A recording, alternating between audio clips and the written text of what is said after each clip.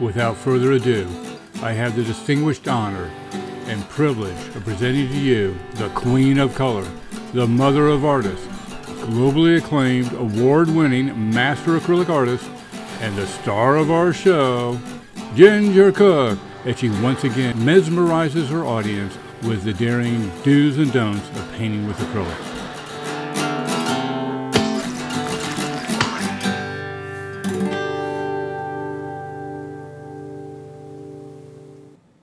Hey Ginger, what'd you think of that intro?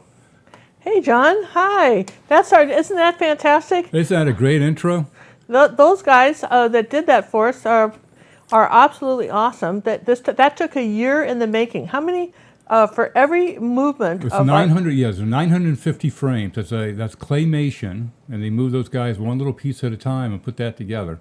Yeah, I think that's really awesome. So welcome everybody to our show, and we have air conditioning. Woo! I'm telling you what, we couldn't have done it up here in our studio without it. It was 101 the other day in here, and we took us all week to get that fixed. And I say us, and John and another guy worked on it with him, and they got it fixed.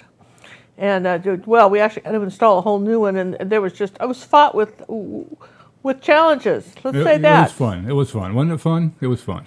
Well, yeah, it was fun for me because I didn't have to do it.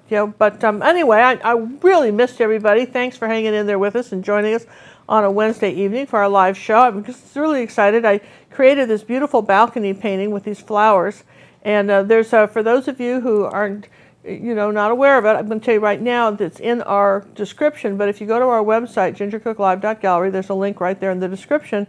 We have a traceable for this. So don't panic. Don't panic.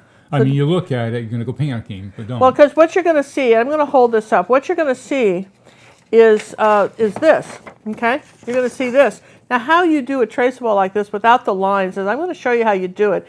You just do the minimum information you need to make the picture. And the reason that I don't do these little outlines is I don't know how much information you're going to want. I know how much information I can get by with using, but someone else may want more. So therefore, we do it like that so you can see it. And also, this is a black and white photograph of what this painting looks like. So if you take a black and white picture of your finished painting and it doesn't have these values in it, then something's off. So that's a twofer for that, a traceable and a comparison. Okay, isn't that great? So what we want to do, and again, I want to thank everybody for coming and hanging in there with us. John Little is our moderator. That's the voice you heard there. Normally, he pre-recorded our intro, which I think is the voiceover. And again, we want to thank our friends who did that for us. That took them over a year to make that for us, that little intro. So let's, without getting too much further. Before we get I've got you going down there. Yeah? Okay. Are we down here at the bottom? I just wanted to mention to everybody the link. Those guys are just starting off, the Claymation Boys, and they've got 12 subscribers. They've been on YouTube for over a year. If you guys would go over to their Out of Tune. It's Out of Tune. Look in the description for Out of Tune Studio. It's all the way at the bottom of our description. Outoftunes.com. Go subscribe to them. You can turn off the bell so you won't get notified. But they don't do a lot yet. They're just starting off. But if you want to take a break from your acrylic painting and just watch some funny stuff once in a while, that's the place to do it. It's so funny because I know give these guys a helping hand. I know how difficult this is because when my daughter Cinnamon was in art school, one of the things that she took a class on how to do that, and that is extremely difficult. In fact, these two guys that did this, actually, one of their movies went and was shown at the Cannes Film Festival a couple years ago. That is a huge deal. And they've done some amazing ads, like big-time commercial ads for people. And so I feel very privileged that they did that. And they have day jobs, and this is what they do. And kind of like what we're doing. We have our day jobs, and this is what we're trying to do. So hopefully, so anyway, it's kind of a dying art. All right, so what we want to do, you can see if John says we're down here on the camera, you can see my balcony picture with the flowers. And what I liked about this was the shadows on the walls. And one of the things a couple of things we're going to want with this is you're going to want some transfer paper. If you don't have that, you can just rub chalk on the back of a piece of paper, make your own. And I did the balcony with these little thin pens here. They're called Posca pens. I could spell it for you. Posca.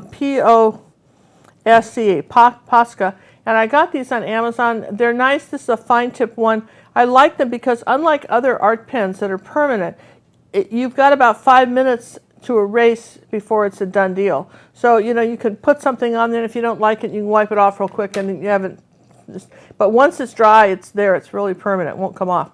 So while this is going to take a little bit of time today, not too much, but we want to get right with it, if that's okay with you. So I'm going to show you how you transfer something like that on it. You take some transfer paper like this. This is by Sorel, if somebody wants to know what that is. And I like to kind of line it up like this, and then I'll take some artist tape it down so it doesn't move. And always a wise thing to do. Yeah, just, you know, just as all the kind of things you want to do. Just a little bit of tape, okay? And I'll tape that. I'm going to just put that up here like this. I just don't want it moving on me. Does that make sense? And then one of the things, I want to make sure I have it on the right side down. So I'm just going to come up here and make a mark and see, did I see it? Boy, I can barely see that. What kind of pen are you using? I'm using a pen, but I barely. Is that a pen? It's a pen. It's a pen, but I'm going to just barely. Boy, I could barely see that, John. I might want a different piece of, maybe a darker paper, because I can't hardly see that. Can I get a different transfer paper? You can. By golly, I'm kind of, this is a, around watching the show. I know, well, I can't move because I'm trapped in with the microphone, so I'd get it myself. Well, we've used this quite a bit. I don't know, it doesn't, it's not. Go dark? Yeah, let's just go darker, like Blue? a dark one. That's Yeah. pretty well used. Yes. So you can get anything left on that. Well, there's, let's see, is this the blue working? Yeah, the blue is a little bit better. You want a fresh blue? Yeah, give me a fresh blue, it's a brand new blue.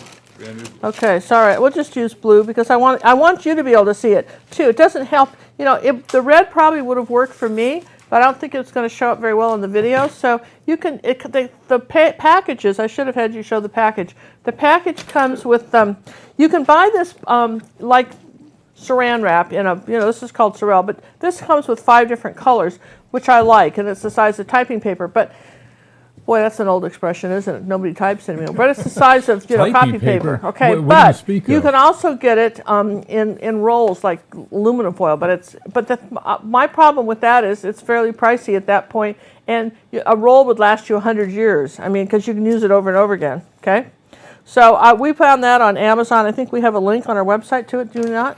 If we don't, we will someday. So, in the meantime, we got it on Amazon.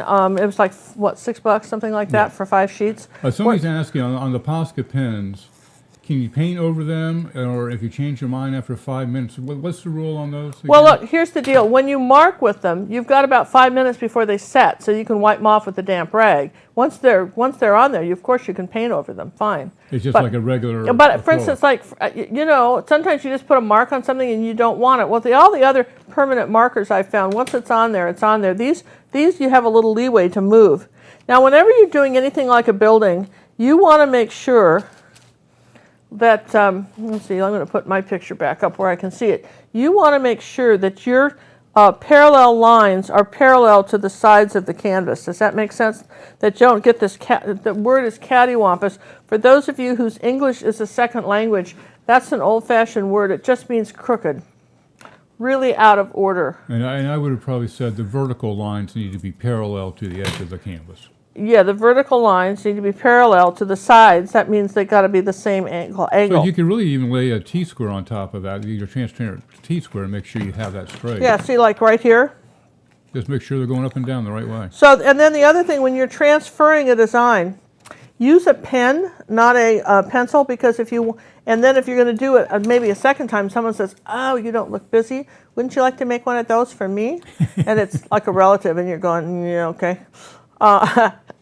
So you might want to use the transfer paper again. I mean, you know, this design again, so you would use a different colored pen so you know where you've been. All right, so we're going to come down here like this. All right, make sure I have this straight up and down. Let's see, maybe I'll go this way first.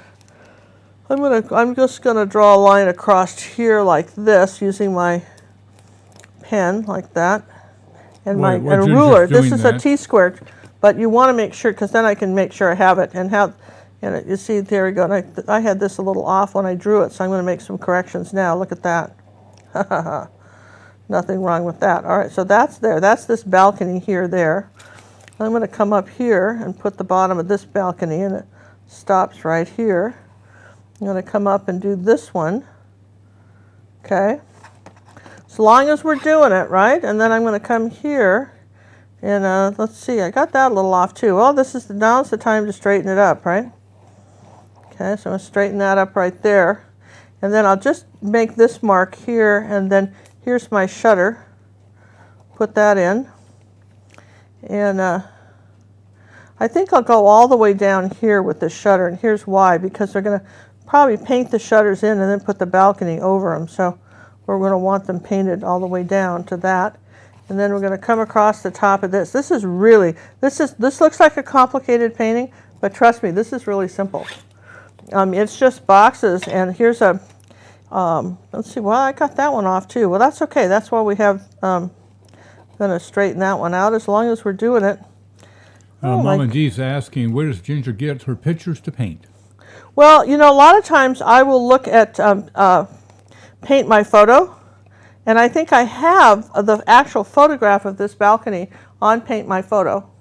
There's a in my art gallery, Ginger Cook, on Paint My Photo live. Yeah, we can't show them anymore because of copyrights. Yeah, you know, I've got to do a whole thing and write the photographer. I can paint from them and I can teach from the painting, but apparently they enabled some new rules. So what their deal is now, let's see, what is that? Yeah, I guess that's what I did here. All right, so I had this going around here like that, and this is going. Oh, I see. Just scratch that line out. I don't need that one. Okay, so well, that's all right. This all paints over. Now let's do this other window. Let's do this one here. We know this is going to be here. Yeah, now they've got this deal where that you have to contact the photographer and ask them if you can use the actual photograph while you're filming, and you know, during the film. And I just don't have time for that, so I just go ahead and I was going to paint it anyway. So this is fine what I'm doing now. But if you want to see the photo, which it's not anywhere near as elaborate as this. Trust me, we changed a lot of that. And then sometimes for some of our stuff, I find old dead artists that I find very nice. And here's this one. It's going to get covered with flowers. So there's this window. And I think we have this one up down here. This is the end of this balcony right here. Okay. So you see, there really wasn't a lot now. Now, I don't see the need to. If you want to, for instance, we could just do something like this, kind of outline a few of these flowers where we know they're going to go. So we're not painting the whole world here. You know what I mean? I'm just, maybe just this part of them I'll paint, because I know everything in here is flowers. How's that? Oh, she writes flowers in there too. So I know everything in there is flowers. You know, you got to make notes to yourself in case you forgot what it was, right? And let's see, there was another little cross line in here like that, so I might as well put it, right? Use the, I don't think I did a T-square when I did this one at all, so it's good I'm doing it now. All right, so that's about all I want to do here. Now I've got, I guess I could have brought this down further, but that's okay. I'm just going to take this off now. It's good enough. I've got enough information, you guys. I feel pretty good about it, right? So anyway, that's how you do it. Now my canvas, I had pre-painted with a sort of a gold color, so that would be yellow oxide white and a little burnt umber, kind of some sort of beige canvas is what you want, okay? And doesn't have to be exactly this color, some sort of old stucco-y color, okay? So now I'm going to, put out some paint. People always say, what colors do you use? Use the same ones over and over again. The only thing maybe different this time is we're going to add some naphtha crimson, which is your primary red. But, everything else should be pretty much the same. It's a little burnt umber. And I thank you I'm sorry we weren't here Monday and Tuesday for those of you who got in late and say, where were these people, and what's their deal? Their deal was our air conditioner went out a week ago Wednesday. And we, by the time we got people out to look at it and repair it, and they said, it's like 20 years old and it's dead. Good luck with that. So then we had to, figure out how we were going to get another one, and how we were going to, all the things that we had to do to, install an air conditioner from scratch, and lots of things had to change. Anyway, that was a challenge. A question's come up, has Ginger ever had the Posca pen smear when varnishing? And no. No, they don't. They're permanent. They do not. They do not smear. That's the whole thing. They don't smear. It's an acrylic paint, and they dry as an acrylic paint, and they act like, once they're dry, they're there. Yeah, so No problem. that was the whole Benny of those, you know. Yeah, we had other pens before smeared- that you that could smeared. not do it. Yeah, they smeared or they were just a problem. Here's a little. Posca's work.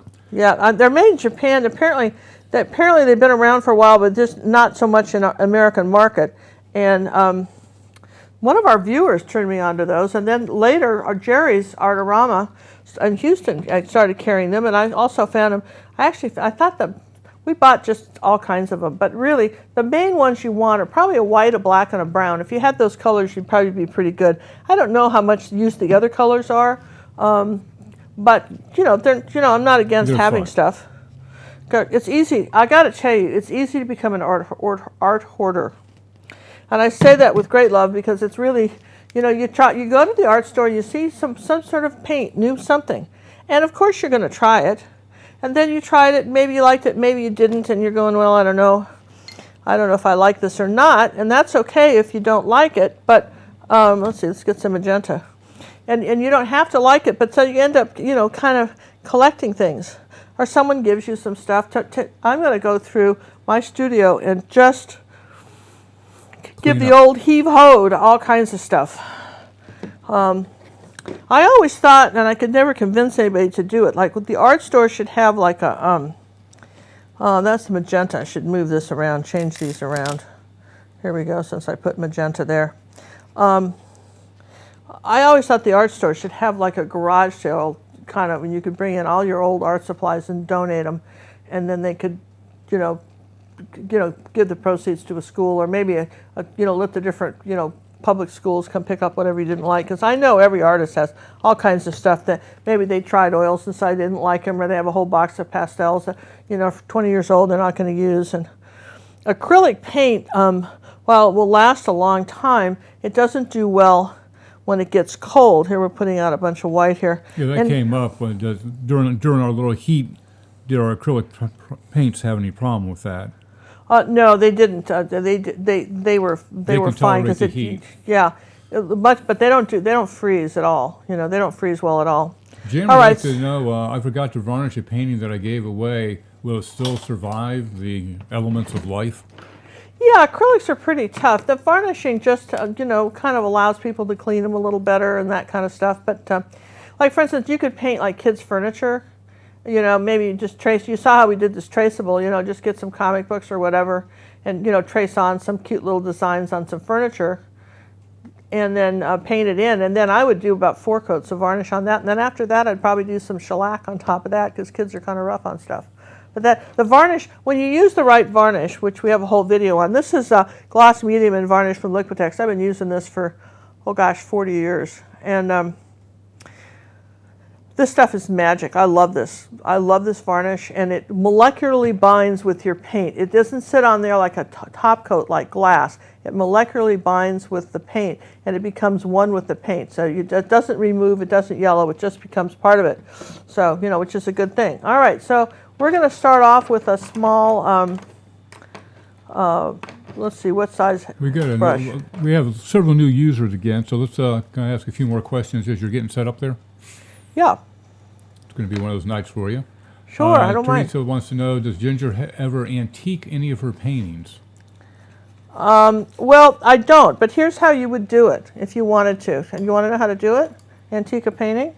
I don't antique them, but here's the thing. Back in the day, gosh, this is, you're getting older when all you do is talk about how it used to be, and people are going, oh, please. But, back in the day. I have this thing. I mean, back in the day, back when Cinnamon was a little kid, this is how long ago this was. There was a kit that came out in the art store. They don't have it anymore. It's a decoupage kit. Yeah, I remember those. And they had the stuff that, you can still buy pieces individually, and they had something called, you decoupage some sort of print or something on a box, okay, and they had instructions to do that. And then you took this crackle stuff, which you can still buy, this little stuff, and you put it on, and it causes cracks in your image, makes little cracks. And then they had raw umber and a cotton ball, and I think in their case it was oil paint, over that. But in our case, raw umber acrylics works fine. You rub it in the cracks, and that certainly ages it. And also you can age a painting just by giving it a light glaze of raw umber will make it look real old. Or you can use it as a mother color. We'll talk about that as we go on, but you can use it as a mother color, which means what we call a unity color, and add a little bit of that to everything, and that will also age it. Okay, so here you can see we've got, let's just kind of get an idea of what we have. So we know we've got, let's see, we didn't put any ultramarine blue out. So we've got, we know that, for instance, we have a little ultramarine blue and take a little burnt umber with it, right? A little dark color. And let's just come on in here like that with our brush. We're using a little angle brush. And let's just knock out this window, at least some of it, right? Okay, a little bit more ultramarine blue. I'm just going to, using this angle brush like this. I love these ruby satin silver angle brushes. We have a really nice relationship with a company called the Brush Guys.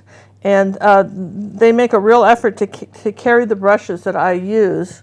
And let's get a little bit of water out here. And let's see, do we have any paper towels? Yeah.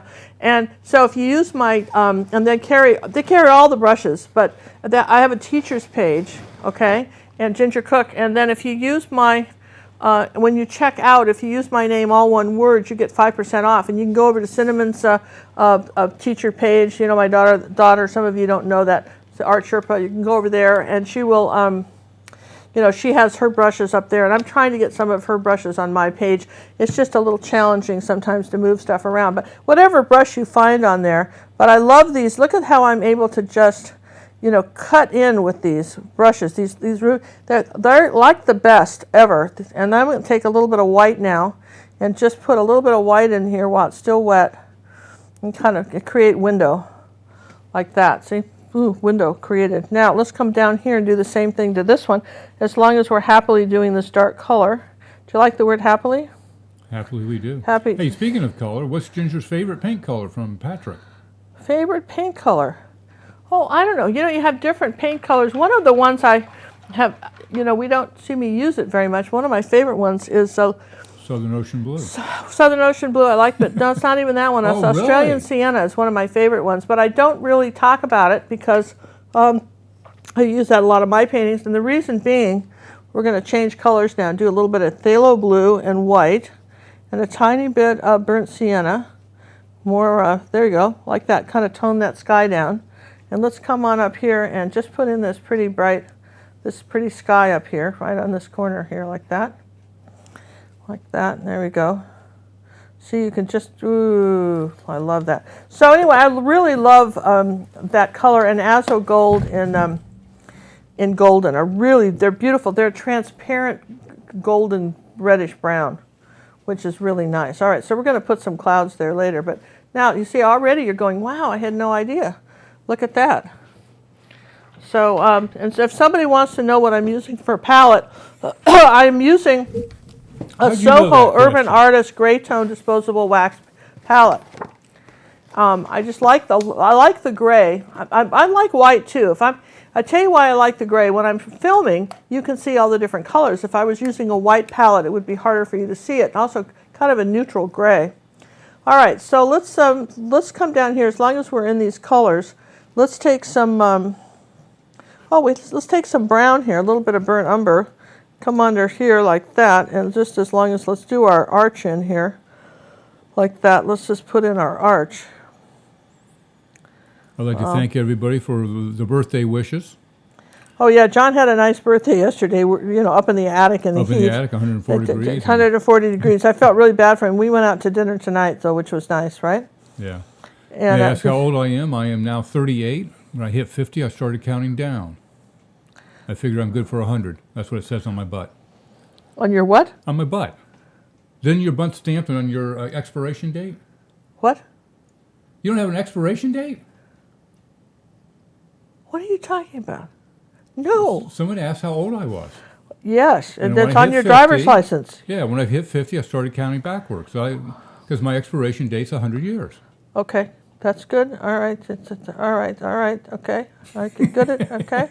I know you non-sock folders can't deal with this, can you? Well, it's not that, John. It's just an unusual point of view, but you know, everybody's entitled to one kind of point of view or another. See how we're just kind of blocking stuff in? Almost like a coloring book at this point. It's really easy to do. Just taking a little bit of the burnt umber here. And you want this at a little angle here like that. Make sure that this comes up at an angle like that. And then, so what are we going to do here? Well, so you have to start off with what we know. Well, what we know is we've got some green shutters here, which is nice. So let's make those. We got a little brown on the brush. Let's take a little yellow, a little phthalo blue, and more yellow. Maybe a little yellow oxide. That's a good color. And let's see, maybe a little more blue, a little bit more phthalo blue. I want a darker green here. And I'm going to come up here now like that. And then you could make your shutters any color you wanted. I like the green. Okay, and I'm using, again, I'm not taping these because I'm using this little angle brush, but you certainly could tape these in if you wanted it perfect. Okay, and we're not going for perfection today. We're going to try and get this done in some sort of reasonable time. Now, one thing you might want to do when you're painting something up and down, everybody has a different way they like to do things. One, I'm going to put my glasses on so I can possibly see something, but see how I'm taking the angle brush now and coming down here and then just bringing it forward like that. See that? I mean, that's just such a nice way to paint that in. All right, I'm going to do the same thing on this one. Oh, I like that. Going to paint that in like that. See, coming this way. And there we go. This shutter is slightly bigger than the other one, just slightly. Okay, so we're kind of covering up our balcony, but we can remember where it went. It's not that big a deal to put the balcony in. That's a great color there. This green, yeah, it's pretty. It's almost an emerald green. How did you make that green again? That was phthalo blue, a little bit of burnt umber, a little bit of cad yellow medium, and a little cad red yellow oxide. Okay, so I just kind of made that color right there. Then I'm going to add a little more yellow to it, just more a little more yellow oxide. When I come down on this edge, I'm going to make that a little lighter green like that. Same thing here, make this a little bit lighter green right here on this edge. There you go.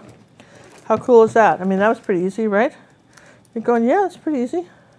All right, so now we were in green, so now we've got to decide what we're going to do next. So I think what we're going to do next is I'll maybe work on this column here. All right, this is a column. So we're going to take a little bit of yellow oxide, a little cad red. Let's see, where'd that cad red medium go? We didn't put any of that out yet. Okay. All right. A little cad red medium, a little burnt sienna. You see that? We're going to sit there and we're going to, let's put a little white with that. Okay, there we go. That's kind of a nice beige color. Now we're going to just paint over this, right where this little column's going right here. And then I want to use that same color kind of around our window too, over here, like that, and just say that that's this color, as long as we're painting. There, see, that was easy. Now take a little bit of burnt umber. This is where you want to make this look round. We've got a really good video on YouTube and also a bunch on our, for those of you who are not aware of it, we have an art academy off, online, our art academy. And one of the things we teach you to do is how to make things round. We have everything from beginner to advanced acrylics paintings. Now, right now I'm just going to put a little shadow in there like that. Can't do much more because that's wet, all right? So let's come back with a little yellow oxide to this original color. Now, this is an 8x10 canvas for those that are just joining yes, us. it's an 8x10 canvas, and I'm going to put a little bit more of this. Let's put a little bit more cad red with that. I'm just going to lighten this up just a little bit. This is almost my second coat of paint around here. I'm going to go around this like this. All right. And then I'll just take a little bit of brown and burnt sienna and come on top of this right here. I just want this to be a little darker. So we just, see how we're just kind of filling this in? And hey, thank you, Eric, for the donation. Greatly appreciate that. Oh, that is so nice. Listen, that is something that you may, those of you who are new to watching a live class may not know about, but that Amazon, or rather YouTube, decided, and that it would be nice to be able to make it possible for people to do a donation if they wanted to, which I thought was really nice. And so how do you do that? I forget how you do that, John. Yeah, what's called a super chat there, Ginger. It's down underneath where it says say something. You can type something. Again, this is not available on the Apple iOS devices as of yet, but they're working on it. There's a little $sign next to the emoji. When you click on that, it'll come up with a dialogue and say how much you'd like to donate. And then you have an opportunity to ask a question or make a statement or leave it blank. And yeah, there you go. We greatly appreciate that because we go through the same thing you guys do. We have to buy the materials and put the shows on for you. Well, yeah, one of the things I like to mention that we do is that, you're going to get an honest opinion about what I really think about something, always, right? So I'm going to take a little yellow oxide now, a little burnt sienna, right? And I want to come under my balcony like this. All right, do you see this? And then let's see, a little more yellow oxide, maybe a little bit of white with that. Just put a little titanium white with that. You can kind of see how I'm mixing that. And I want to come down here at an angle to indicate there might be some sort of shadows, and the same thing up here like this. Maybe some shadows from what? Well, from the Roof. From the roof or from the plants and the vines. So we're going to come, just kind of draw our way down here like this, and just suggest there's some shadows. Look, isn't that cool? Like that. Then we're going to do the same thing over here with this color. We're going to come down under here like this. Let's make this a little bit stronger here. Maybe a little bit of cad red with that too. This little bit stronger color. We want to come down under where our roof is going to be. We haven't done that yet. And we want to suggest that there might be some shadows. I think go a little bit, just some fun little shadows coming under here like this. You're still using the same brush. Still using the same brush. Please don't, no picket fences. Make these very, you know how shadows are. They're very Random? random. That's the word I'm looking for, John. Random. They're very random. Okay, so, all right, so you see how we did that. We're going, yeah, I'd okay. like to thank Miss Brooke and Miss Moore for the donations. Oh, gosh, you guys, thanks so much. We really appreciate it. Hey, and I want to congratulate all our auction winners. It was a close... There's a few of them on here, too. Yeah, thanks very much. We really appreciate it. We just, I'm so glad that I'll tell you, one of the hardest things for me as an artist when I sold my artwork through an agent was she'd say, well, I sold a bunch of your paintings. And I said, well, who got them? Well, why do you care? Well, I care, man. I spent a lot of time making those. I care who got them. I want to make sure they go to a good home. I want a good home, just that kind of thing, right? And so she, she never quite got that. She said, but I sent you the money. So it doesn't... Yeah, and I appreciate it because it was paying light bills. But, honestly, I really wanted to see where it was going. So I'm going to take a little of the light color now, break this up. See what I'm doing? Just taking a little add more white to that, right? And so if I didn't get these all so perfect, see, you can come back here and you can break up some stuff. Aren't you impressed that you can do all that weird stuff? All right, now, this is pretty cool, isn't it? And then, see, we need this a little darker down here. So let's take... some of this color. Secret word contest will be announced next week. We're gonna do the drawing live. Live and in person. And in person, we're gonna do this drawing. Okay, it'll be really cool. Now I know we've got something really dark down here, so I'll take a little burnt umber and purple, and we're gonna say this is very dark right here. All right, there. I don't think I got that dark enough, but it is. It's a little burnt umber, maybe ultramarine blue and purple, because I want this as like one of my darker shadows.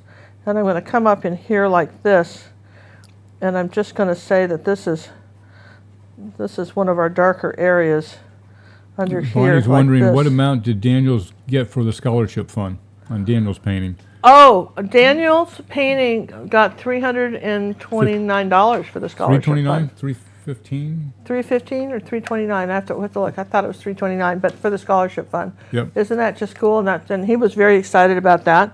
And because you guys, his stuff goes for a lot more than $315. I want you to know that whoever got that was an absolute. His stuff That's goes a good for lots buy. of money. It's a really good buy. And we appreciate it. We appreciate it. We appreciate the fact that he donated it. Yeah. Yeah, I'm telling you what, that was very nice because, I watched him. I was at an auction one time. This is a true story about Daniel. I'm going to throw him under the bus, right?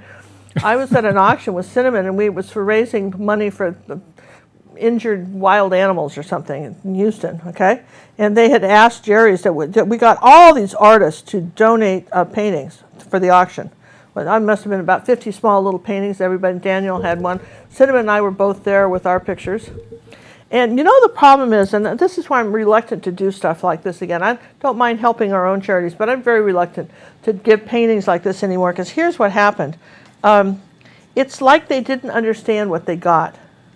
And I know not everybody can be just super duper grateful, but they really didn't appreciate what they had. And so what happened was, I'm going to make this dark right here too.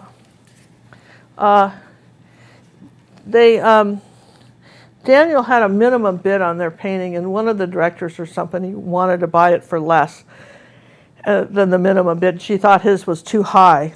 And this was just, he was keeping it really lower than what he ever sold anything for. And, she got into a shouting match with him that he somehow owed her this price. That was extraordinary.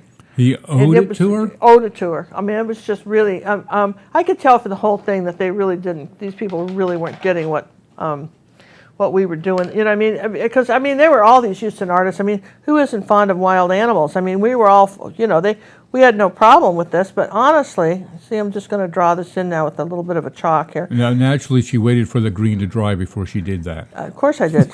Green's drying here like that, I'm right? sorry, I'm just kind of stating the obvious here, just in case. Yeah, just straighten the obvious. I just wanted to draw this in like this, but this is a little Conte pencil, right, like that. And you want this line here and this line to kind of match. Doesn't Which have to be should quite match the top line. Yeah, it should match the top. It doesn't have to be quite that much, but it has to be almost that much. All right, so now I know where that goes. I'm going to make a light green color, which is the same green with a little more yellow. And using my angle brush, I'm just going to come in here like this, because this is dry now, and make some little shutters. Cool, like that. And then just lighten this up one here.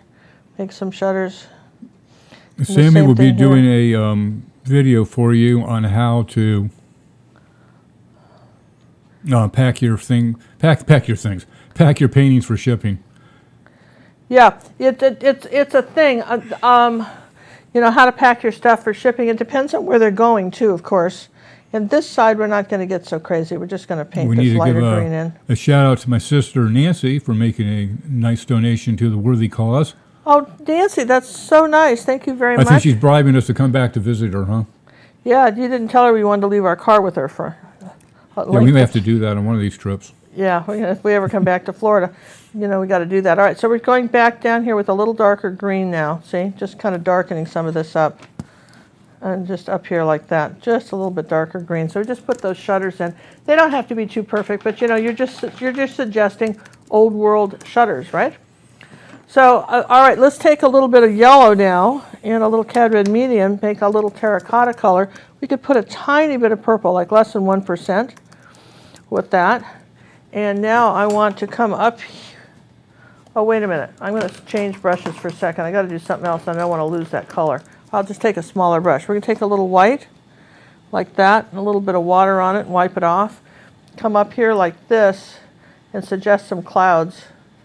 Just a little thin white and a little bit of water. All right, we suggested some clouds up there, right? Everybody's good with that? Okay. Now, moving along, here's our... Well, no, was that did you just use white, or was it... That was white and water. White and water, okay. Yeah, I didn't use mixing white, just white and water, and I want to suggest our clouds here. And then I'm going to come here like this, and using just the edge of my brush, kind of put in these kind of, you know how these are, just a little bit of purple here. All right, I want to put in our terracotta, I need oranger, okay. Terracotta tiles, and they're like the top of an M, like an endless M, an endless letter M, like that. Then come down on the other side, and let's get some more, a little bit brighter orange here. We'll go back over these, but we got to get them in here, right? Becky would like to know, does Ginger ever get attached to her paintings, making it hard to sell them? Yeah, there was one at the auction that didn't sell, and it's one of my favorite ones. I can't believe nobody bought that one. It was the one of the, the eggs from that old dead guy. The eggs from the copper pot. So that's going in the kitchen. Yeah, that's going in our kitchen. That's never going up for auction again. I mean, I can't believe any people didn't get that one. That's like one of my favorite paintings. All right, so we're saying that's that. Now we're going to take a little bit of purple and just do this. Little dots of purple here like that. Okay, so we'll have to come back with some orange on that. But that's our terracotta roof. Kind of works, doesn't it? Does that work for you? All right, moving along. Listen, aren't you surprised how fast this is going, really? Yeah, I really am. Can you tell us the background color? People are just joining us. Yeah, if you're just joining us, this background color is white, yellow oxide, a little bit of burnt umber, and then mostly light. It's very light, it's like parchment, just some sort of old stucco color, okay? It has to be a light and then I'm going to, now I've done a similar color like that with a little bit of yellow, white, and burnt sienna. And I'm going to come up here like this, make a little bit more, maybe I'll put some white with that. There we go, like this. I'm going to come under here like this at this angle and do these underboards of the balcony. These are the best brushes. I promise you what, I have no stock in the company. This lovely lady that owns the company, I mean, she makes the best brushes on the planet. But nobody's giving me brushes. I'm buying them. But I'm happy to tell you I like them because they're so good. Okay, if I liked another brand of brush, I'd tell you I like those. But so far, these are my favorite all-time brushes, these ruby satin silvers, short-handled angles. And they give me so much control, and I'm really lazy, and I hate to stop and switch brushes. And I can start a painting and pretty much do the whole thing with a couple of them. And I hate to admit I'm kind of lazy that way, but there you go. See, look, how easy was that, right? So you're going, oh, that's cool. It's all about right? layers. Yeah, it's just about layers. Now we know that this is all this in here is going to be kind of dark green. Now here's what I want to talk to you about. Now out comes the chalkboard, okay? Now, we've had discussions before about things with our chalkboard. Yeah, the chalkboard. Here's my thing, you guys.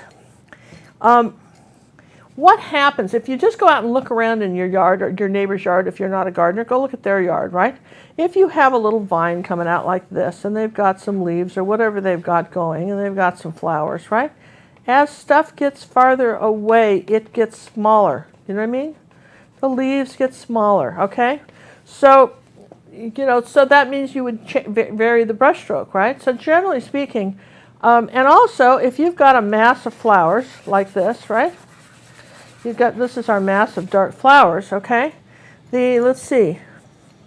I'll change colored chalk. I have a lot of chalk here, but all right, there's our mass of flowers. The light's coming from the top like this. So it's going to be darker underneath and lighter on top. Does that make sense? So it's not just like stars in the sky, random lights and darks. There's some real thoughts where you put it. And also remember the rule, wherever there's a light, I'm going to write this out. Just write this down in your studio. Where, W-H-E-R-E, wherever, ever, there run out of room. Is a light, G-H-T, right? Okay, there is a dark color. All right, so if you just know that. So if something isn't showing up, you got to either put a light or a dark color next to it. Just bottom line. I don't care what photograph you're looking at. If you want it to show up, that's what you got to do. So now that we've got the basics, oops, what did we just drop here on the floor? Oh, the hairdryer. Do I need the hairdryer? I might need the hairdryer for something. Come here, you. All right, so now that we know that, right, we're going to make a dark green using our large brush.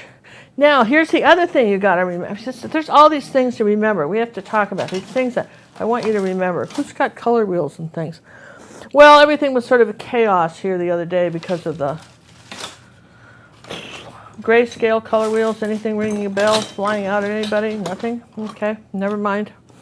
If it's, I'll just tell you, I've said this 100 times. If you can't get a dark color if you've got light on your brush, or make sure your brush is dry. And let's take some ultramarine blue, some yellow, and that's pretty good. Maybe a little purple in that, maybe a little more yellow, and maybe a little phthalo blue. Now let's make this really dark Christmas tree green. I don't know where all this stuff is. Now I'm going to come in here like this and say this is my dark colors in here, and I'm just kind of making X's in here. I know this whole thing. Oh yeah, good, thank you. I found the color wheel. Do we found the grayscale? John found the color wheel. I can talk about this. Grayscale. All right, so here's my grayscale. So where's our black and white photo of this thing? Thank you. So, you see this? These colors here of the dark green in the picture, that's what I'm painting now. You see, where is it on the grayscale? It's almost over here, okay? So if you're trying to mix this color, you can't start with any of these. You'll never get over here. These two lines can't cross. So what I mean by that is that you always start with the darkest color, which in this case would be blue, add a little bit of yellow, but you wouldn't have any white in this if you wanted dark color, okay? So I want to just, remember I kind of drew out where this was going to go. Now what I'm going to do as I go out this way is I'm going to do these odd little bits of leaves. You see with my brush, I'm just going to suggest I just don't want to come up any higher than this, and we'll say this is my odd little bits of leaves on the edge, right? And then coming, the same thing with this. We're just saying there's some little leaves. This is all solid in here, okay? And then, I mean, that's as easy as I know how you could make it. And then the same thing here. As we come down on the edge, we might suggest some leaves. But this is all pretty much solid in here. We're saying all this is solid. Okay. Now, all in here is going to be solid, like that. So, I think I need this fan on. Can you turn that on for me, please? Thank you. All right. So you see how we got all this dark right there?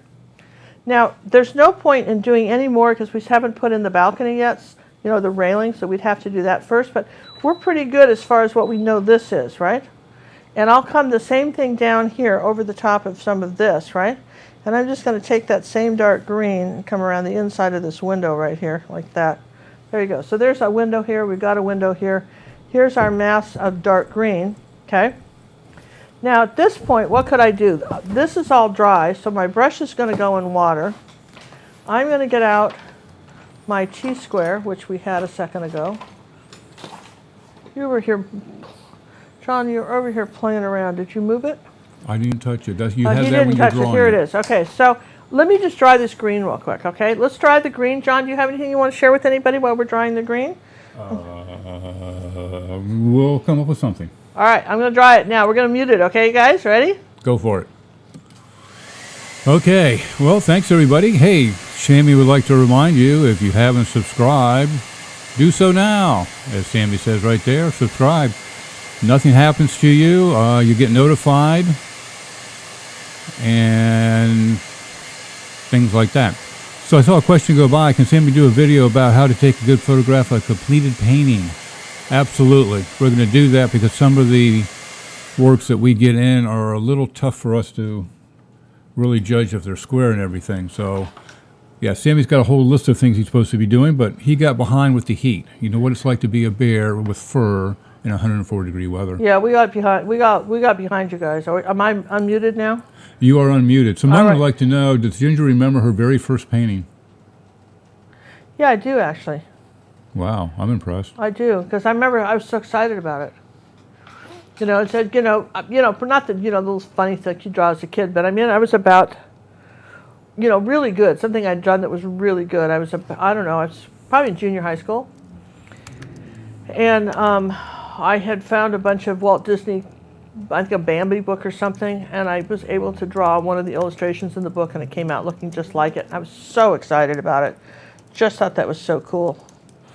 Okay, so I want a little bit of a brown shadow right here. Do you see that? And we're just going to kind of move it over this way under here. And then we'll gradually move it back into this one. Dorothy's asking, do we have the village paintings, Christmas village paintings in the store as of yet? No, but they're going. You've got to understand, Dorothy, we got really behind. Here's our Christmas village. For those of you who don't know what that is, this is we have a summer village that we have in our store that people are separate from our memberships and what they are. And we decided to do a winter village. And you see, I've got these. This is the new series. I don't know if you've seen the new set. This is the gazebo. And I've got the gazebo now, and we've got the fountain. Do you love that? And then we've got the, and this is our church right here. So you could, they were designed to do this. So you put the three together. They were designed to do this. You see how these trees all match? You can hang them on the wall, or you can stand them up because they're done gallery wide canvases. And John, hopefully, we'll get these. See the little windows on the sides, right? Don't you love the fountain? Isn't that just cool in the little park? So that was anyway, that's this set. Just gorgeous. And I think we have to have one more in the set, don't I? Yeah. For this, what are you missing? Oh, you haven't done it yet. No, I think we were missing. So these two we're going to release, and this one's going to release as soon as this gets its partner in other buildings. Yeah, there's two in a set. But they all are designed. I paint them so they're all designed to go to each other. This brick matches this brick. They're all designed to go together. Okay. And we did this early in July, and you won't see this one again. Here's our toy store until Black Friday. But that also goes with the set. So there'll be quite a few when we're done. And John's going to try and get those up. We hope to have them up by his birthday. But again, we lost a week.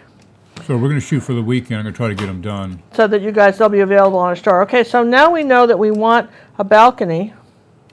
And so I'm going to just say, I think I want it right about here. So I think I'll just take my, it's going to come all the way across like this, right? I'm going to say there's my balcony, right? If I'm happy with that. Now, here's the deal with the Posca pens. I think Make the sure the top cap's rail, on tight. the top rail, I'm going to do the wider pen, but you could just do one size. It doesn't really matter, right? You could do any kind of balcony. Then, if they're brand new, what you do is you take them out here and you pump them like this. So you kind of burp them. And then after you've shaken them for 1 minute, then you do like this, so you've got paint coming out, right? Like that. Do them like this. Make sure you've got paint coming out. Make sure there's a ball in there, and you really got to shake it. Always shake these things with the cap on. Otherwise, you're going to get paint flying across the room. You're going to be ever so sorry. I don't care how easy it is to get off. It wouldn't be that easy. All right, I'm going to use this T-square. I'm going to come across here like this. There we go. How easy is that, right? Look at that. So, all right, so that's... Well, let me put my glasses on. Let me just see that. How did I not get that straight, John? I mean, I'm using a T-square here. All right. You just kind of took your finger up and moved it.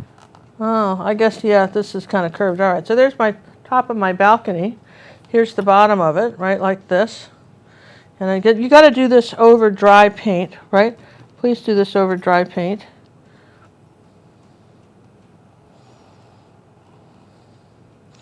Okay, so that's the bottom, right?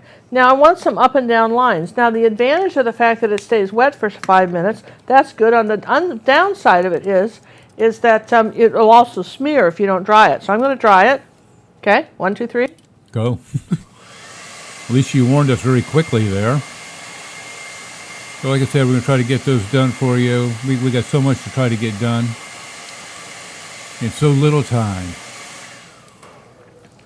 Now, use sock folders in the group. You're more than welcome to take a ruler and measure these in perfectly. I just sort of started in the middle, kind of like this, and just kind of eyeballed them in like that. I'm eyeballing them in kind of like this with a pencil. Okay? Just like that. And then I'll use the T-square to make them straight. Okay? But that to me was the easiest way to do it. And I'll start here so that I don't keep smearing them. Where did I say this one was? Here and maybe, well, for sure one on the end. So where we do the pens, I'll shake it up. I think it's nice. Could you do this with a brush and tape? Sure. But, this is pretty fast. I love these. And, you wouldn't want to do a whole painting with these because it would look like you did it with the pen, which you really probably wouldn't want to do. Okay, so then you're just going to keep moving back this way. I love a clear... absolutely love a clear T-square so I can see where I am. This was cheap too. Where did we get this T-square? Jerry's? Jerry's. This was under $10. It's under 10. It was I hate the word inexpensive. You never want to use the word cheap, but it definitely was inexpensive, right? Yeah, for some reason I'm getting a curve on every one of these. Just don't do what I say, don't do what I do here, you guys. Because I obviously I can't use a ruler to save my life. Now see, this is where they come loose though.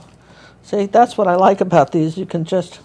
Well, what is going on? Are you using the ruler there? No, what's happening is it's dipping down. You're pressing too hard. Maybe. No, it's just it's dipping down because the canvas is loose there. Yeah, you probably didn't tighten it again this morning, did you? No, I didn't tighten it. Yeah. Okay, so here we go. Now we know. Here's this one. Okay, just maybe we can do it like this. Kind of out of gas. And don't try to do this vertically. No pen writes vertically. All right, so those are that. Let's see, I'm going to switch to the smaller one now. Now, the design pattern was really easy to do. I'm just going to show you that. Design pattern, you could put your initials in here. Make up a design. I just sort of, started somewhere like this and then just indicated some sort of wrought iron design here like that. Kind of put some leaves on it, right? Maybe curl this around. It doesn't have to be too perfect. You're going to cover flowers over it. You just want it sort of interesting, okay?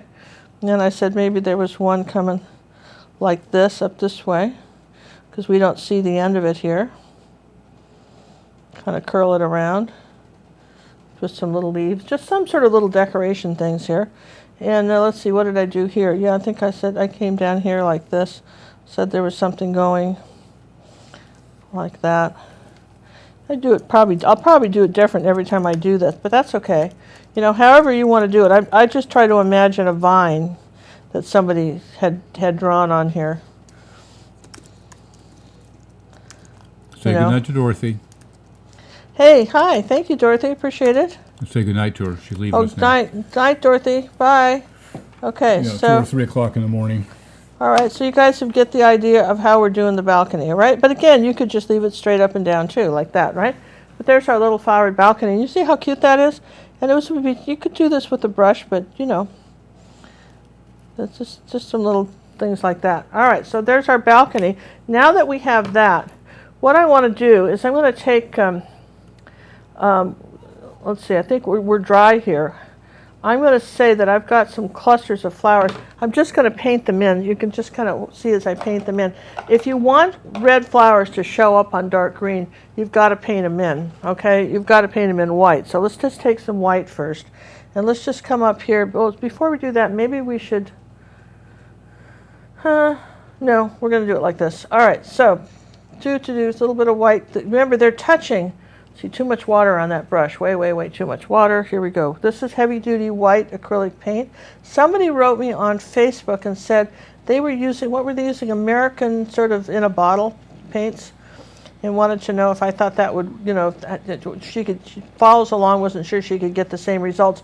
You will not get the same results, but if you at least bought a tube of the professional white, okay, so anywhere there's a dark green, I want to do it. Now look, I've got 2 here. I'm going to put one up here like that so that I'm not, you know, then I'm going to come up here like that. I don't have to worry about so much where they're going up into the stucco. But up here like this, anywhere there's a dark green, I want to put some white for my flowers. And I've got this nice little area in here. And they all kind of connect, almost zigzagging. If you get too many, you can take the dark green and erase some. But you know, notice that they're sort of in little clusters and different sizes. Okay, maybe something up there like that. And you may want, say, yellow flowers or white flowers or purple flowers or whatever you wanted. It doesn't have to be these.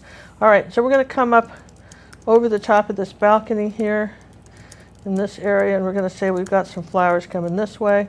And I'm just tapping in the white where I think I'm going to want red. And that's sort of the key here. And there's the same thing down in here. I'm going to tap some flowers. The longest part it took me for this painting was deciding where the flowers went and getting a good pattern on these. That probably took me, I erased a few and put some back and that kind of stuff to decide where I wanted them. I know that all the way through this balcony right in here on this edge, that's why I wasn't so concerned about it. I know I want flowers coming that way. And the same thing down here, close to this in here, I know we want some little flowers. Okay, some flowers, and they're all just sort of clustered in here like this in little groups, and here's some smaller ones down in here like that. All right, so you can see now I've got almost 2 corridors of them, and I want to make sure that I don't have 2 straight lines. Do you see what I mean? So let's work on that. So I don't want 2 straight lines of flowers. So let's see, I know I want some in here like this, almost maybe in a horseshoe shape, coming down this way. And then over this window here for sure. Something down here like that. And then maybe something up here like this, try to connect a couple of these. We'll do that. Any other questions, John, while I'm doing this? Yeah, 1 second, please. Someone had a question about varnishing, which we know we have a video on that. I'm sure the gals, the moderators will help get that, but they're asking specifically, does the texture of the paint let you know if you should use a spray or a liquid? You know, sometimes sometimes if you get something really thick, I mean, if you've done a bunch of gels, it's not the paint, it's if you got into the gel mediums and impastos, you got it really thick. When you put on varnish, it will pool in the little crevices, and you can still use it, but you have to be very careful to get all that out. It'll dry kind of white, it won't dry clear. So that's where you might want to spray it. before I got too carried away with any more textures, I might put a coat of, varnish is different. You've got to understand the varnish and medium that we use. The varnish and medium that we use can be applied several times in a painting. You can mix it with your paint even, okay? So, I mean, that's one of the things I don't think people understand is that you can, it's an actual medium that, kind of seals the paint. I'm going to come up this way. Well, it's real acrylic is going to bind with the paint and everything. Yeah, it's going to bind it. Exactly. All right, so I think that's pretty good, and we're going to have some coming up this way. Now, while the white's drying, come on, this didn't take long. Aren't you guys kind of impressed with how easy this is? Yeah, it got to be, right? Now, let's take a little bit of yellow and cad red medium, make this kind of bright, pretty orange terracotta color. Let's give a little life, let's give a little oomph to our stuff here. Let's come on over here like this, and I'm just gonna want to make a little bit brighter orange here on our roof. I got that little brown there, but at least I got that. See, now that looks pretty good. It doesn't have to be much. I just wanted a little bit of that color there. And as long as I'm doing that, I'm going to take a little bit of that color and a little bit of burnt sienna, wipe off the excess, and then come on down here in my door, maybe a little more orange. I'm going to come down here in the door and maybe put a few little marks like that. And let's see, let's come back into the dark, and let's see, really dark color here, because I had it pretty dark here by the door, up this way. And here's our little archway. This was just sort of a little surprise, door under here. It didn't say much, but here we're going to make this a little darker around here. Make sure this is dark. Now, while we're doing that, while we're waiting for the flowers to dry, let's just wipe off the brush a minute, take some dark here, and we're going to work on making this post a little rounder. Okay, and let's take some more of this dark color, which is way over here. Come on under here like this. Okay, a little bit of water on the brush. Like that. Okay, so that's pretty good. And now let's take a little bit of white, a little bit of orange color, a little bit of white, a little bit of orange, a little tiny bit of cad yellow medium, right? And make this sort of peach color. And I want to come right up here on the edge of my pillar, kind of lighten that up a little bit. Right here, okay? Maybe down here a little bit, just a little bit. Just lighten this up. This is slightly lighter than the rest of this right here. I'm just going to say this is a little bit lighter right here, okay? So we're just playing with a little bit of the light here, like this. All right, so there's our pillar. There's our dark stuff. Here's this. This could be a little bit lighter here, not quite that light. This is all about values here. I just want the inside of this door to be light, slightly lighter. Inside of this arch here. Okay, so there you go. So there's our arch. We got this. Everybody's good? Is this dried yet? No. Okay, so one of the rules, you guys, this is where people get into trouble. There's a paint rule here.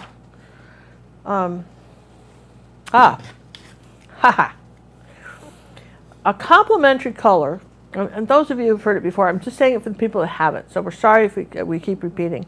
A complementary color is any color that's opposite itself on a color wheel, all right?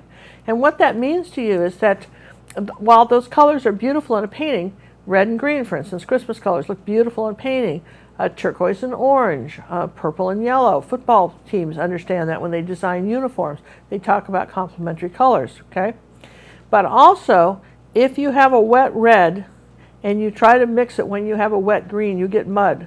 So the thing is, when you're doing any kind of greens and reds, you got to make sure that your layers are dried in between. You don't try to do wet red over wet green, okay? Because it's a complement. Same thing with, like, for instance, if you're doing a landscape and you want some purple, you want some purple mountains, you wouldn't have purple and white. You'd put some yellow in it and kind of gray and push them back. All right, so I think this is pretty dry. We'd like to thank Jeff for the donation via Tanya. Oh gosh, thank you so much. Wow, that's so cool.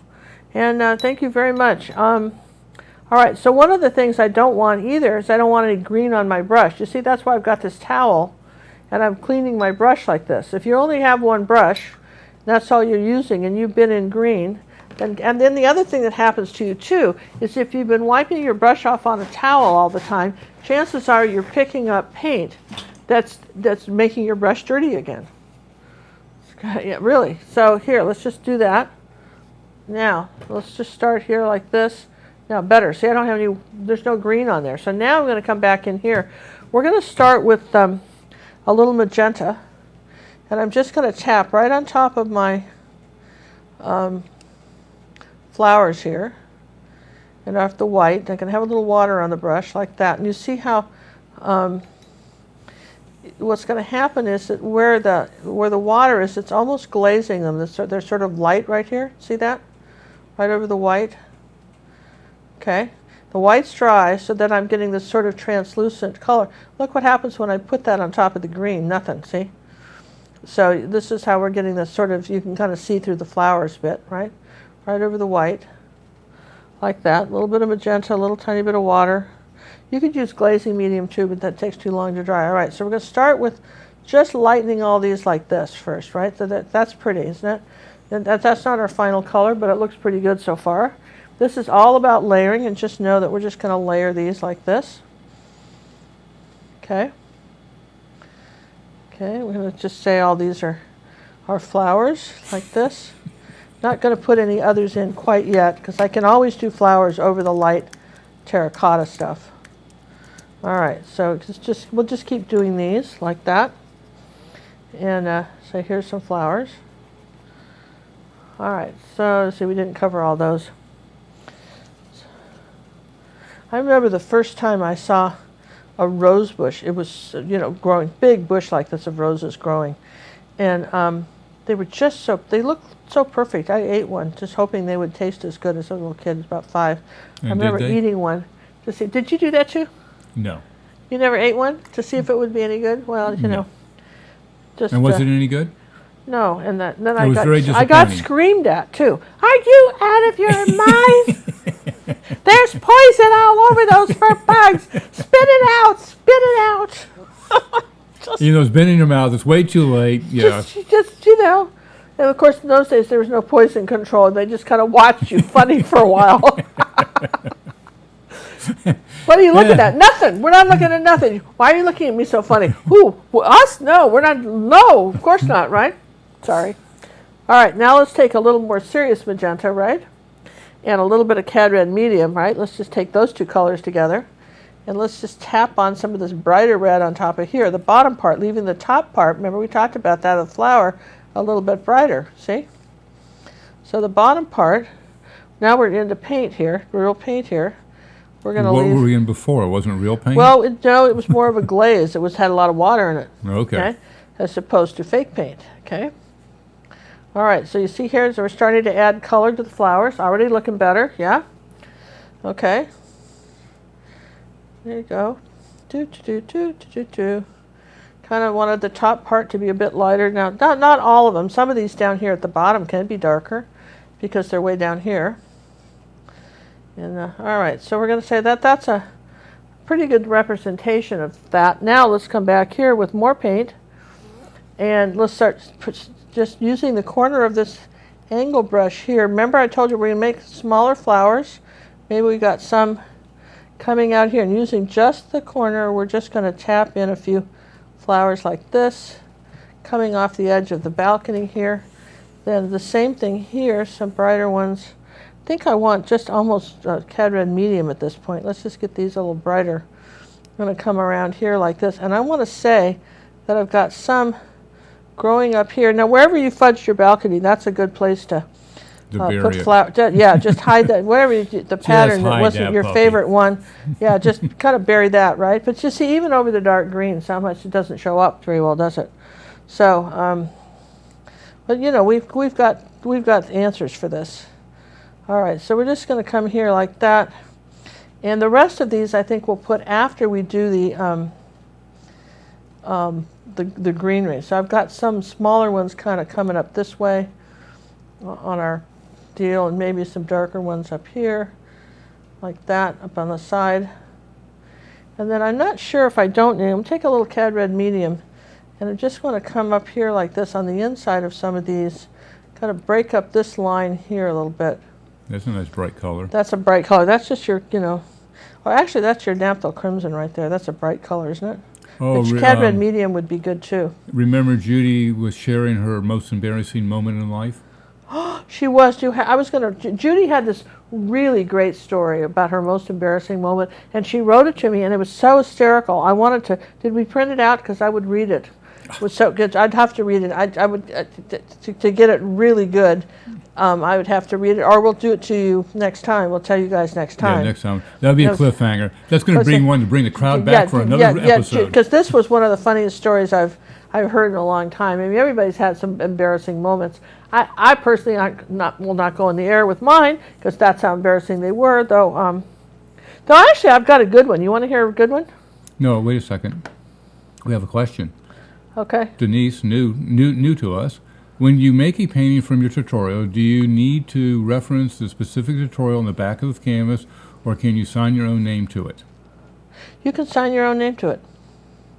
As long as you don't make prints, you can sign your own name to it. And if you're doing like a Van Gogh or Renoir or something, at the back you can say inspired by Renoir, but you don't have to. They're dead and their copyright's long gone. So, you don't have to. And they probably won't say anything about it. And we would love it if you would be able to sell your artwork, because then you can buy more paints and keep going. And we want you to be, I don't know how other artists are on YouTube. I want you guys to be wildly successful and sell your artwork and be able to keep going. And a lot of people are on limited budgets, and this is a nice way to be able to augment your income, And so, just something to think about. It's okay.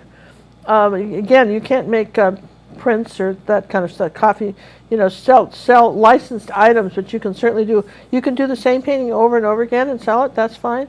I'm just going to Yeah, we had somebody that painted one 4 or 5 times. It's fine. Everybody kept wanting it. And, and Monet did that. All kinds of people have done that, just somebody wants that again. That's why I say save your traceables.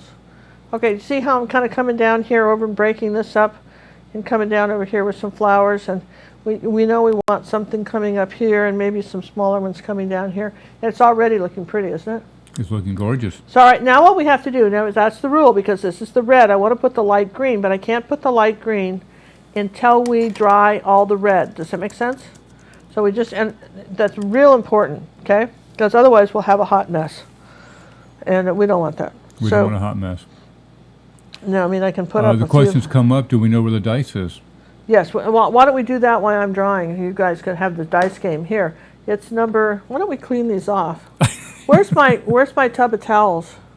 Grab my tub of towels. That's a 2, by the way. Is it 2? Yeah. We'll all right. clean I'm that off dry this tonight. We're gonna play art trivia while I'm drying this. Okay. All right, you're muted. All right, this is in category what? The art trivia game comes from Amazon. It's artist questions, and we call it Stump Ginger, or Stump the Artist. And let's just see what we have here.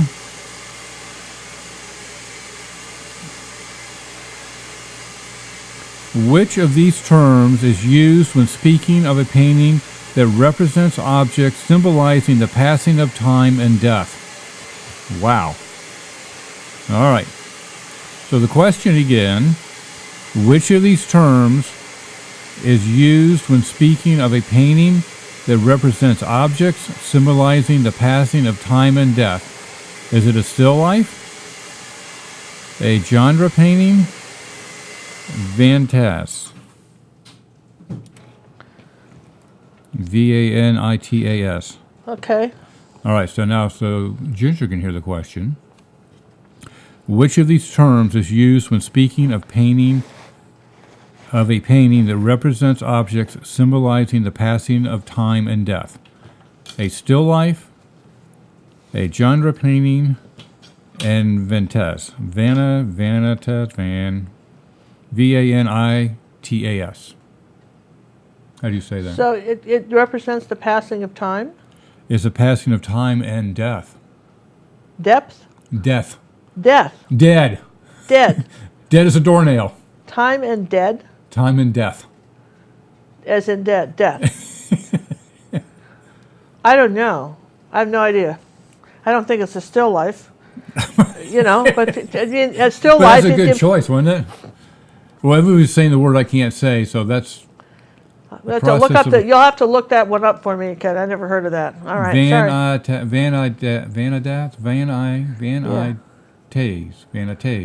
Vanitates.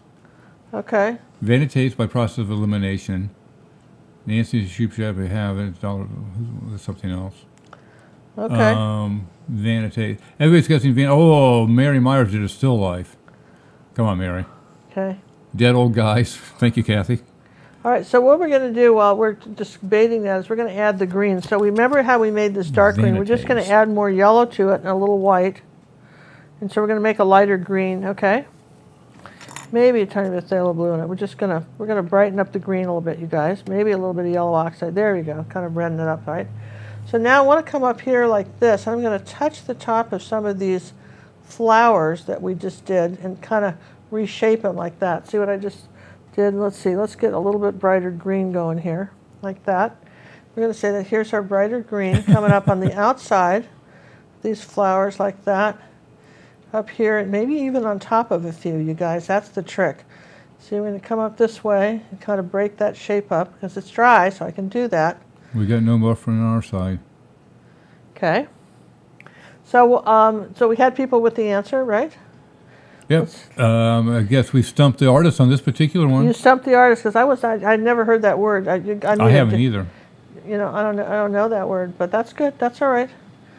See, I'm kind of coming around here it's like part this. of the education we're offering here. Yeah, art education as well. You know, and you just did you know just because you can paint something doesn't mean you know the first thing about framing it. Did you know that?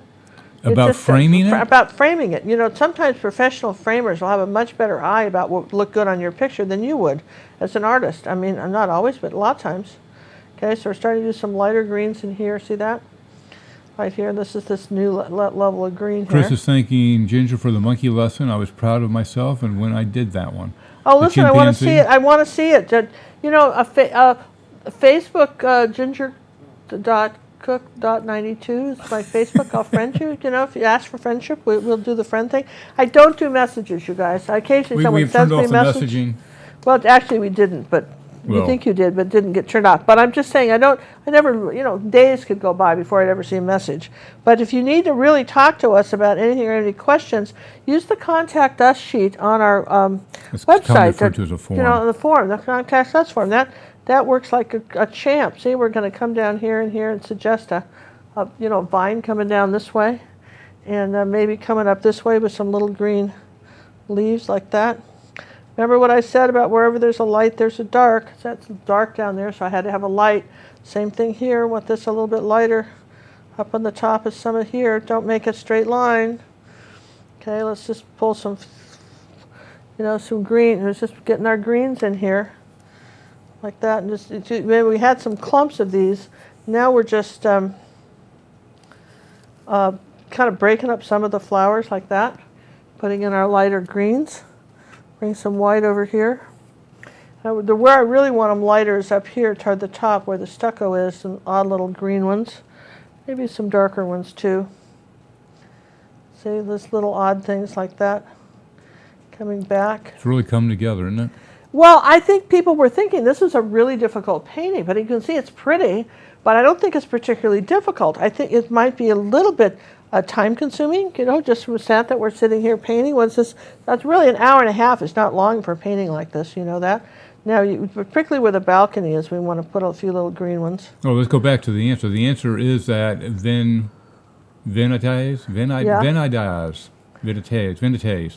If you guess that right, you got 1,000 points. Add that to your total, going for the. I think I did 10 million, but you were a little cheap this time, weren't you? All they get is 1,000 points, and that was a hard one too. If anybody got that right, that was a hard one. I should give 2,000, shouldn't I? But I won't. I'm sorry. It's only 1,000. Okay, but you're just a meanie. All right, hey, it's my birthday. I can be mean. I think I want to come over this window right here like that, with a little bit of combination of light and dark green leaves, right? Just like this. Just come over this little window. I don't want to talk about this window. And you're still using the same 3/8 angle? I've changed, actually. I'm using a quarter. It looks like a quarter inch angle. Yep.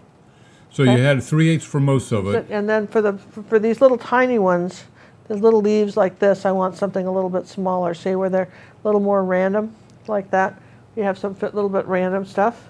Hey, for those of you that are trying to make a donation and you don't have the super chat, which is the $ next to the emoji down there, if you visit our website, gingercooklive.gallery, and over on the right-hand side of the homepage, down a little bit, you'll see a little green button that says Donations to Our Scholarship Fund.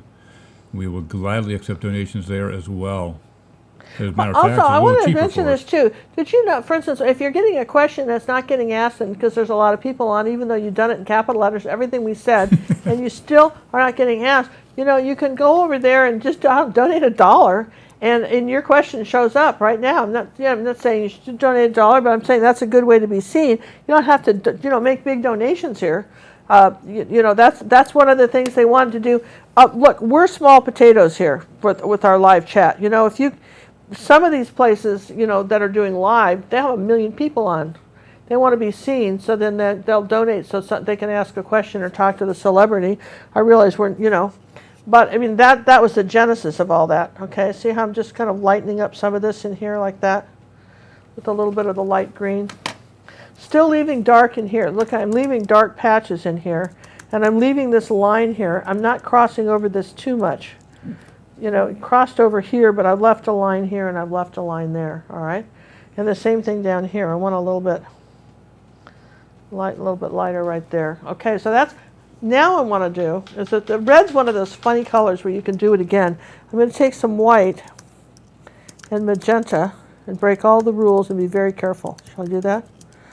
All right, now I'm going to come back over here like this, and I want to tap in some light color if I need just a little bit more white. Just on the top here, if I want to say that some of these flowers are lighter, like this, see? You've got a little bit of leeway here. If you lost some of your darks or lights, particularly up here where the where these flowers are, up here by the balcony, could add a little bit of light, and maybe down in here too, where it's coming off, a few little dots of some lighter color. I think I want some bright cad red medium, and I'm going to go, that's one of those colors where you can go over it a second time if you want to really brighten something up. So, and we're actually using paint now, we're dropping little globs of paint on, kind of almost touching up where we went before, and even though we painted it red and over the white, you see how it's sort of next to the green, it sort of disappears. So these are one of the deals where you almost have to, touch your colors up again. Here, just in a few places, 1, 2, stop, the same thing up here. And I'm just looking here like that. How about that, you guys? Isn't that cute? I just, see, we want to come down in here with some green ones, red ones rather, here. Do, like that. Do. So, anyway, that was, I was just to tell you that, I have to tell you, I got a real embarrassing story about, Cinnamon's dad and our Polish neighbors. I don't know if we have time for that story. Do you think we have time for it, John? Well, that's entirely up to you, Ginger. I've seen you take another hour on this painting easily. All right, going to do a little purple and white here. Just put a little bit of purple on the window just to make it kind of, just brighten it up here. There we go, something like that one to brighten that window up a little bit.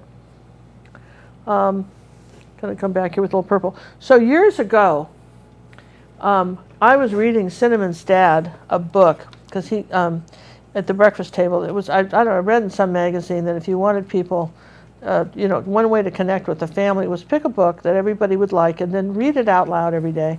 I remember as a kid I always liked that. Okay, so I picked the book The Hunt for Red October, and so we just did a little shadow under here, right, with the little kind of half things.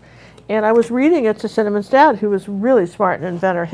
He was really smart. And there was this bit in the book where it was about a submarine, some sort of submarine story. And I picked it because I thought he might be interested. I don't think Cinnamon was all that interested, but she was willing to play along, right?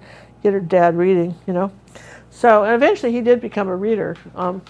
In the sense that he found books enjoyable. Not that he couldn't read, because he'd read manuals and stuff, but didn't enjoy novels. But all right, so now, well, as we're doing this, we're going to come back and add put a few little holes in this with our beige color. All right, you guys ready for that? So I'm going to come back over here and put a few little bits of our wall back. Look at that. So anyway, the upshot, real fast on this story, is the upshot of it was that he came up with this great idea about how to say. He said there's no reason why a submarine should ever suffer any of these kind of indignities. That it would be just very simple to prevent them ever from getting blown out of the water. And he had this invention, right? And he drew it out on a cocktail napkin. He says, it probably cost him $50, and it would save millions of lives. He says, I've got to give this to the government. I said, why are we giving it to them? Why don't we sell it to them? Oh, no, we're going to have it to them. It's patriotic duty. We got to give it to them. So couldn't be talked out of giving it to them. So we had this friend that had that worked at a think tank in La Jolla. He was this Polish friend, and the guy, both had fought in World War. He and his wife had been in the French resistance in World War II. Lovely couple, and so next we were invited over to their house for dinner one time because we all did horseback riding and knew him, and so he said, Colby said, can you get me in touch with the your boss, because I'd like to be able to give, because I knew they did a lot of government projects, so I'd like to give this invention to the government. I want to give it away. So, I didn't think anything would come of that. We never thought about it. We'd gotten invited over for dinner, and it's one of those things where it had been so far in advance that by the time dinner came along, I practically forgot we were supposed to go. Does that make sense? Have you ever done that? Oh yeah, we got to go to so-and-so's for dinner, okay? So, we were scheduled to go over there for dinner, so I grabbed this really cheap bottle of wine I was going to use for hot spice wine, where you buy this jug of wine and you keyed it and put all the spices in it for Christmas, and like maybe $5 chuck, something like that. It was really cheap stuff. And so, but our friends were, let me say it politely, they were big drinkers, and I didn't think they'd care after a while. We just brought it because you have to bring stuff. It's a tradition, and it was my fault. We were really late, and I just grabbed it. So if they threw it out after we left, I didn't care, right? Because I brought it. Good. Put a few little more shadows right here. See that? And just coming back and forth with some lights here. Just playing with the lights and the darks. Like that, because the shadows are so interesting on this. So anyway, the upshot of it was that we get over there, and there's this Mercedes in the driveway. These guys didn't know anything. They were just getting by. Their little house and stuff, and their little house in the country, and they certainly didn't have any money, and so that wasn't their car. And I'm looking at the wine in the back seat, and he comes out to greet me, and he sees the wine, and he just grabs it and brings it in. And I was going to, quick hide it in the trunk or do something, right? Because it sounded like he had important guests, and this was just sort of a afterthought, right? So we're sitting down. It turns out he had invited his boss over to meet my husband. And let's see, I need some green in here. So anyway, the right in here where this balcony is, I need a little green. And they all through the cocktail phase of this dinner party, which I kept thinking I can maybe pretend to be sick and go home, he was talking about how they were wine connoisseurs from Napa Valley. They'd gone up to Napa and they knew all about wines, and it was this great. And of course, we knew nothing about wines. I mean, the most wine I ever bought was this $5 bottle of whatever, and neither her dad and I weren't particular drinkers. It wasn't our thing. But the time you boiled out the alcohol, it was not very much when you made hot spice wine. So anyway, I'm thinking, oh man, and I hope they don't serve this wine. I was starting to panic, and my imagination was running away with me. I think maybe I can pretend that we're sick and we can just go home. Okay, something like that. So anyway, the upshot of it was that I couldn't figure a way to get out of it, and we're having dinner, and there's just 6 of us, and I was sitting between him and our host, and Colby was down at the other end between the 2 ladies, and they brought out this red wine, and we were eating it, drinking it, and of course I can't stand wine. I really hate red wine. So I remember saying something like, gosh, I know you're a wine connoisseur, and I'm really sorry. If I'd have known that, I wouldn't have brought any wine at all. This is just some junk that I got. I know it tastes terrible. Some junk I got, at the grocery store, just sort of as a lark. And my friend looks at me and says, Ginger, that's not your wine. That's the wine they brought. Oh, man. Well, it did taste terrible. You know, I mean, maybe it's like the Emperor's New Clothes. Someone needed to say something, you know. I thought, of course, you know, maybe I wasn't a good judge either since we weren't particular drinkers. And, you know, probably haven't really met a red wine I like. But anyway, that was it's a wonder. And the upshot of it was that they didn't kill us. And Colby gave the invention to the government and signed some sort of secrecy act. And he gave it to him. And they got it to him. All right, there's our picture, you guys. What do you think? I think it's another award winner.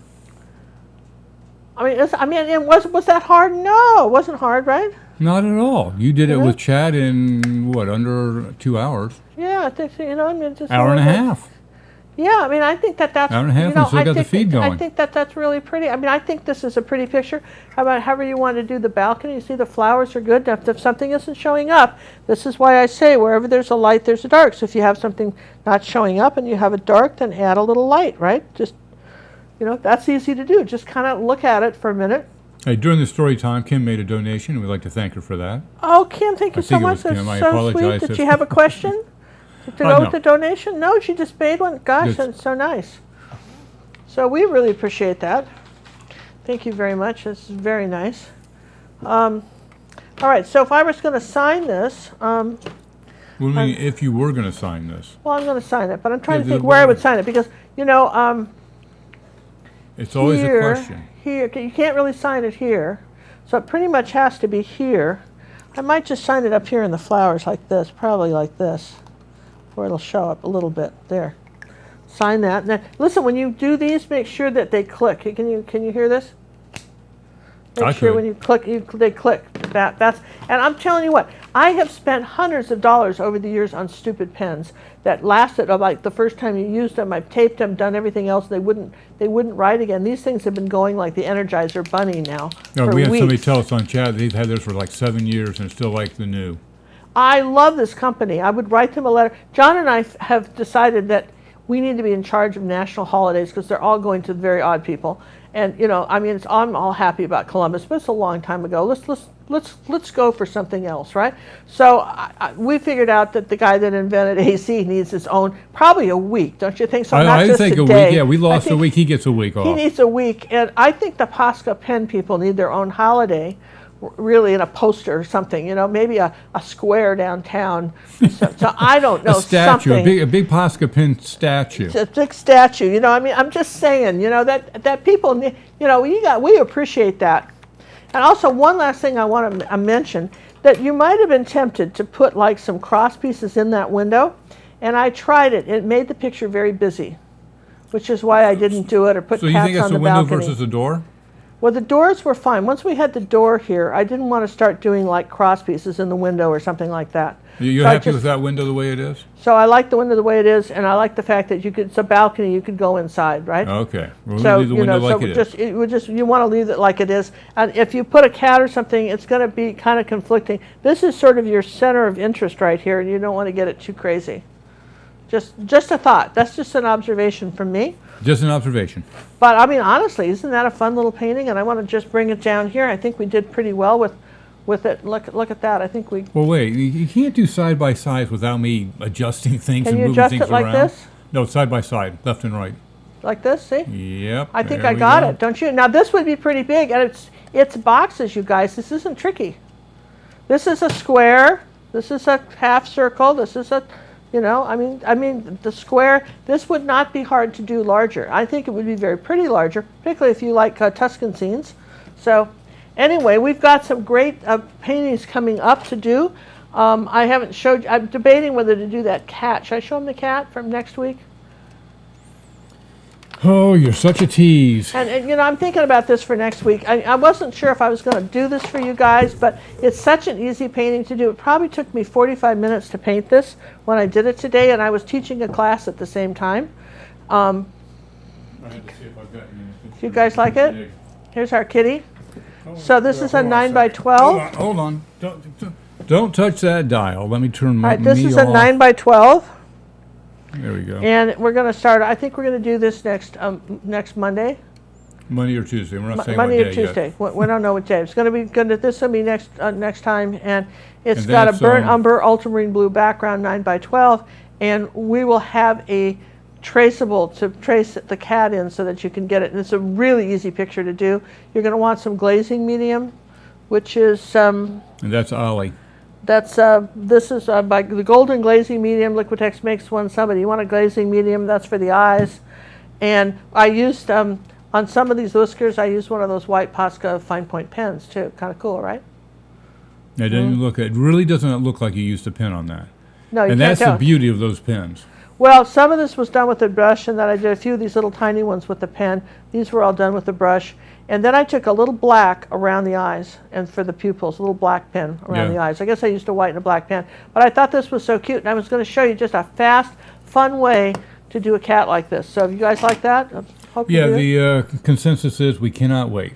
So, I thought that was really pretty. And, once I show you the gist of how you'd paint that, then maybe you'd have a picture of your own cat, and you could figure out how to make it work, learning how to do that. So I hope you enjoyed this. We thank you very much. If you haven't subscribed to our channel, did you know 50% of the people that watch these shows don't subscribe? Nothing bad happens to you. You don't get extra email. Nothing terrible YouTube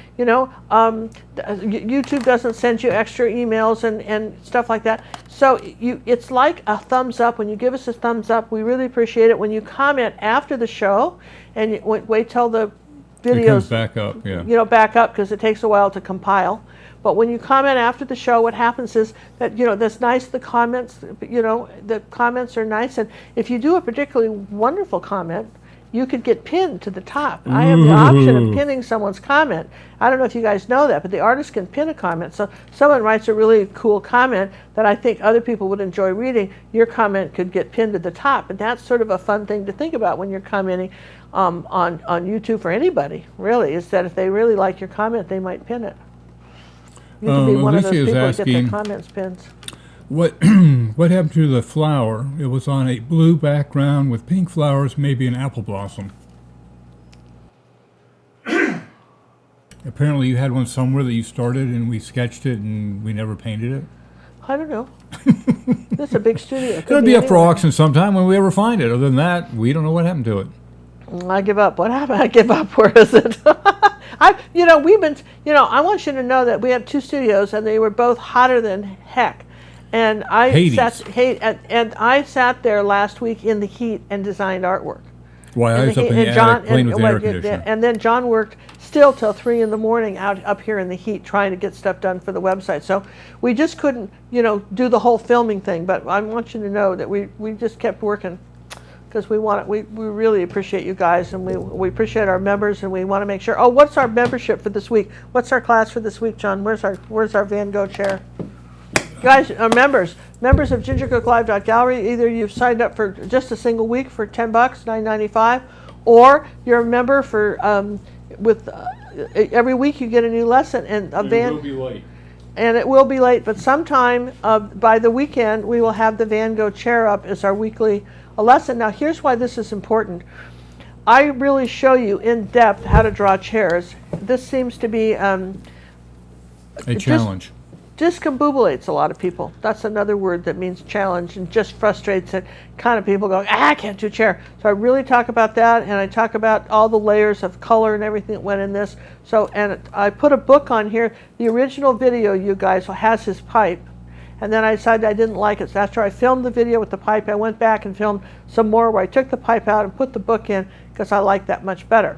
Okay? Yeah, it now, looked very strange. I mean, it looked like the original, don't get me wrong. And I don't know where Vincent came up with that particular subject, but... Anyway, well, he smoked a pipe, so probably just he just left it on a chair and thought he would paint it. So he wasn't a reader. So, but anyway, here's ours has a book. Yep, we went with the book. So thanks again. Good night, everybody. If there's last question before we go, we really appreciate you, and thank you for joining us today and telling everybody. Thank you for all the big shares you guys did. Most shares we've ever had. Thank you very much. And be sure to put these in your playlist too. All right, we would like to thank everybody for attending tonight. And I got Ginger out. We're signing off now, and what we're going to do is we're going to play that claymation one more time as an outgo, just so you get an advantage to see that.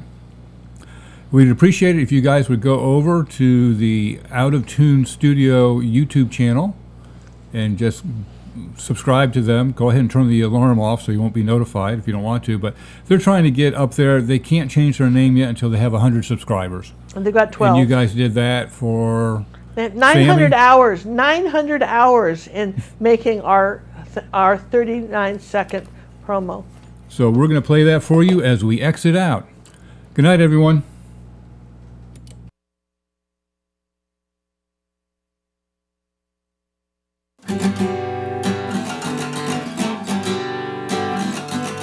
And now, without further ado, I have the distinguished honor and privilege of presenting to you the Queen of Color, the Mother of Artists, globally acclaimed, award-winning master acrylic artist, and the star of our show, Ginger Cook, as she once again mesmerizes her audience with the daring do's and don'ts of painting with acrylics.